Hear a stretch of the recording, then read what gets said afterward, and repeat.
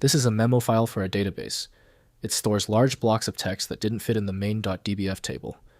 You need the main table to read this file. I'm Evan Brooks, Certified Support Engineer. I'll explain the link. Don't close the guide if the DBT file doesn't open right away.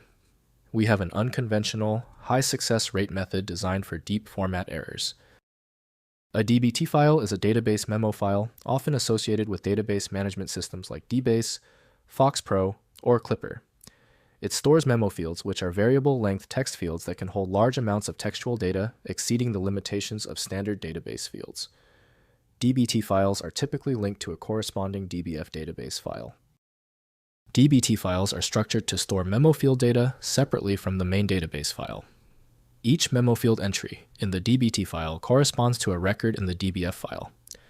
The DBT file contains pointers or offsets that link each record in the dBF file to its corresponding memo field data within the DBT file. The internal structure varies depending on the specific database system.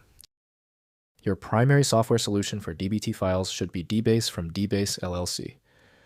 Windows native tools lack the decompression modules necessary for this file.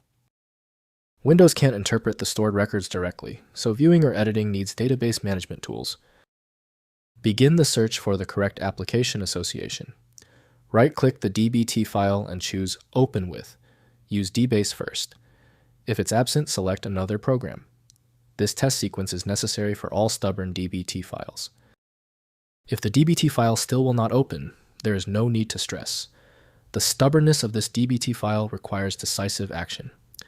Run these specific tests right now to determine the exact failure point. First, use database application. The file is a memo data file. Open the corresponding .dbf data file in the database application, e.g. FoxPro, Clipper.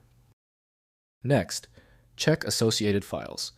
Ensure the corresponding .dbf data file is present in the same directory. Finally, use dBF Viewer.